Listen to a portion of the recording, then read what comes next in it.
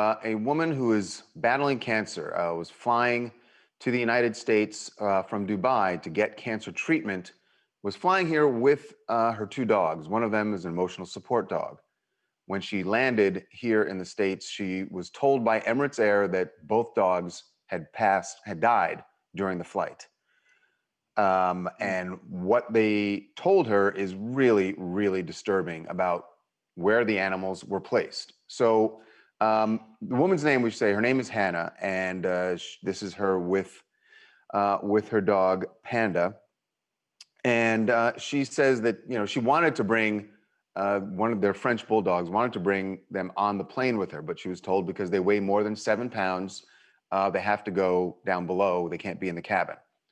And even that is okay. She agreed with that. She paid the fee for them to be taken down there.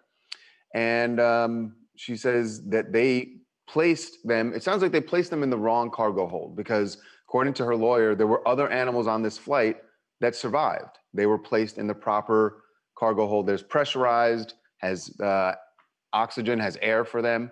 But her two dogs suffocated on the flight. Yeah, Charles. Unfortunately, the lawyer says they have no idea why Beluga and Panda, those are her two French bulldogs, ended up in the wrong part of the cargo hold. So that's for starters. They got the necropsy done, and it showed oxygen deprivation was the cause of death for the two dogs. I know French bulldogs.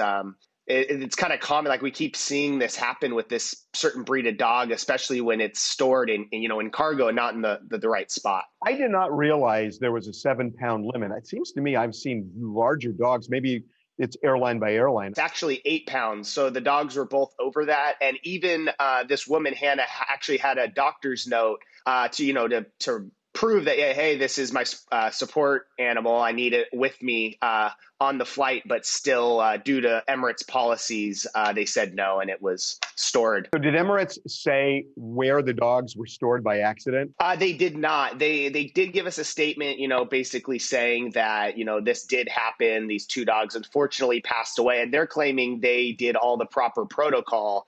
But obviously, Hannah and her lawyer are saying otherwise. Well, I mean, if one dog died because of a condition, that's one thing. But if both dogs die and the necropsy shows it's oxygen deprivation, it seems like they didn't put the dogs in a pressurized cabin. I mean, and especially when you have other animals that survived. That survived, yeah. Flight. So, I mean, Harvey, what happens in these cases, right? Is, I mean, the dogs are still viewed legally as property, right? So dogs are considered property. So they will get some payout, right? I mean, well, and it's worse, Charles, because a lot of times on these